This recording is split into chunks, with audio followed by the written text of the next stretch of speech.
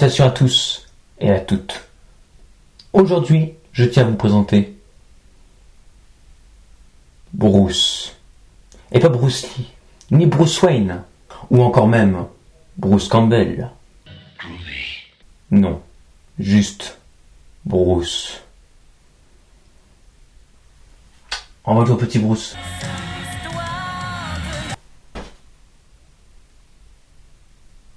Bruce. Et hello les survivants, j'espère que vous allez bien. Aujourd'hui, toute nouvelle vidéo sur un tout nouveau film d'horreur réalisé par le maître du suspense, qui a fait trembler de la tête aux pieds toutes sortes de spectateurs durant sa sortie, et où on retrouve des animaux si innocents devenus des machines à tuer. Aujourd'hui, mesdames, messieurs, fermez bien vos fenêtres. Regardez bien dans le ciel, car c'est là d'où viendra l'attaque. Car oui, aujourd'hui nous allons parler des oiseaux. Pardon. De les oiseaux. Oui, ce sont pas trop foulés sur le titre. C'est pas un titre très complexe. C'est pas un titre où tu auras beaucoup de difficultés à retenir, on va dire.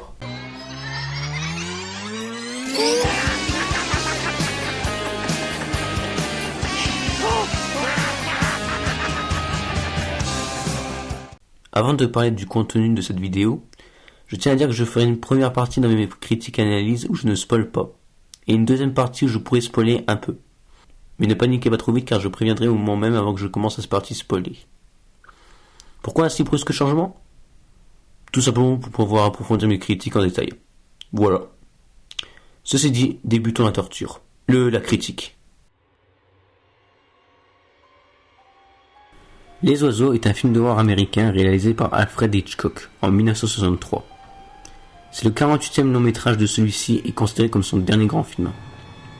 Classique du cinéma d'épouvante, un remake de ce film se fit pour la télévision nommé Les Oiseaux 2, réalisé par Rick Rosenthal en 1994, où l'on retrouve l'actrice principale de Les Oiseaux, Tippi Hedren. Alfred Hitchcock est un scénariste, producteur et réalisateur britannique. On le surnomme comme étant le maître du suspense grâce à sa filmographie représentant généralement des thrillers qui jouent beaucoup donc sur le suspense et la tension. Il a réalisé un autre film d'horreur qui n'est autre que le célèbre Psychose. Et oui, je considère le film Psychose comme étant un film d'horreur et même comportant les premières idées du sous-genre du slasher, sans être pour autant un vrai slasher. Mais revenons à nos oiseaux et racontons l'histoire de ce film célèbre. Les oiseaux racontent l'histoire d'une jeune femme et d'un avocat qui se rencontrent à San Francisco dans un oiseleur. La femme, on va quand même lui dire son nom à cette charmante demoiselle, Melanie Daniels, tombe sous le charme de cet homme qui s'appelle Mitch Brunner. Et afin de le séduire, va lui apporter un couple d'oiseaux, des inséparables, à sa maison située au bord d'une petite ville. Cependant, arrivée à la ville, elle va remarquer que quelques oiseaux, que dis-je, des centaines, pardon, des milliers d'oiseaux se comportent bizarrement et attaquent les habitants et elles-mêmes sans aucune raison. Ce film, tiré de faits réels, c'est faux. Je plaisante, calmez-vous. Il n'est pas totalement tiré de faits qui se sont réellement passés. Peut-être quelques attaques d'oiseaux ont vraiment eu lieu. En tout cas, à part si j'ai arrêté quelque chose dans ma vie, je n'ai encore vu pratiquement personne se faire tuer par un piaf. D'ailleurs moi, personnellement, je me suis fait attaquer un jour dans un zoo par un singe. Je disais donc que nous allons passer à la critique. Attention, c'est à partir de là où je pourrais peut-être spoiler un chouïa. Donc si vous voulez connaître le film dans son intégralité en le regardant, alors je vous conseille de partir jusqu'ici. Dans ce film, comme vous l'aurez compris, les principaux ennemis sont des oiseaux. Débutant avec des merles, passant au goéland, continuant au corbeau, etc. Bon, pour l'instant je vais pas vous mentir, on va dire que j'ai pas trop spoilé. Des oiseaux qui ont été très souvent réels. Et oui, généralement on utilisait des vrais oiseaux que l'on faisait jouer dans le film. Ce qui pouvait être pratique comme dangereux, vous l'aurez compris. Car des oiseaux réels rendent le film plus vrai que nature.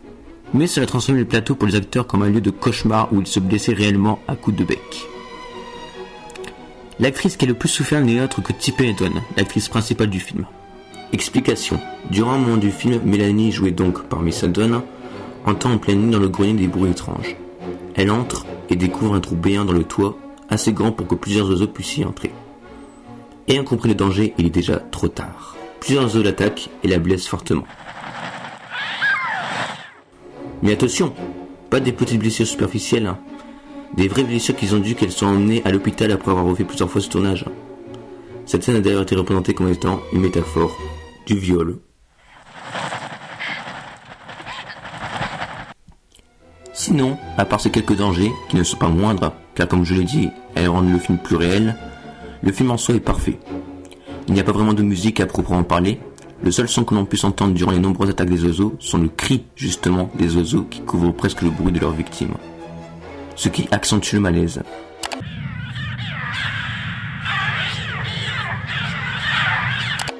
Bien entendu, le bruit des oiseaux a été rajouté au montage en post-production.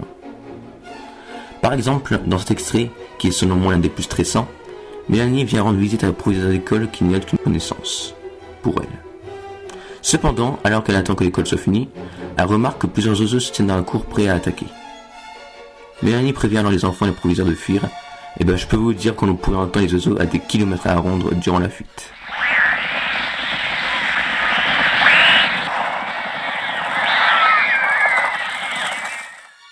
Dans ce film, personne n'est en sécurité. Même les enfants et les vieilles personnes se font attaquer. Afin de rendre, selon moi, le film sans pitié. Et après, il y a encore des gens dans le film qui disent que les oiseaux n'y sont pour rien. Oui, bien sûr. Tiens, savez-vous que Hitchcock apparaissait parfois dans certains de ses films, et même dans celui-ci? Presque au tout début du film, alors que Mélanie rentre dans l'oiseleur, on voit en ressortir, qui vous savez, Hitchcock, accompagné de ses 2 chiens. Voilà. Ceci c'était la petite anecdote réservée à ceux qui ne la connaissaient pas. Pour terminer, je peux dire sans spoiler que la fin est très intéressante de ce film, reste une fin ouverte à plusieurs fins possibles. Enfin bon, le principe d'une fin ouverte quoi. Personnellement, j'ai bien aimé ce film. Peut-être que certaines parties ont mal vieilli, comme par exemple le jeu d'acteur, mais en soi, il reste un bon moment de visionnage. Et aussi un classique du cinéma d'horreur. En tout cas, si vous débutez dans ce genre de cinéma et que vous voulez regarder un film d'horreur pas trop dur en famille, alors je vous conseille de commencer par Les Oiseaux. Qui n'est pas grand en soi, mais où l'on peut assister à quelques petites frayeurs sans screamer ou jumpscare ou même buzz effects. Juste beaucoup de tension et de suspense à la Hitchcock. Et voilà. Le cauchemar touche à sa fin. J'espère que cela vous a plu. N'hésitez pas à me dire dans les commentaires ce que vous en avez pensé. Et sur quel autre film d'horreur vous voulez que je fasse une vidéo. Personnellement, je vous dis à la prochaine. Et surtout, n'oubliez pas que ce ne sont pas les films d'horreur qui font de nous des fous, mais qui nous permettent juste d'être un peu plus créatifs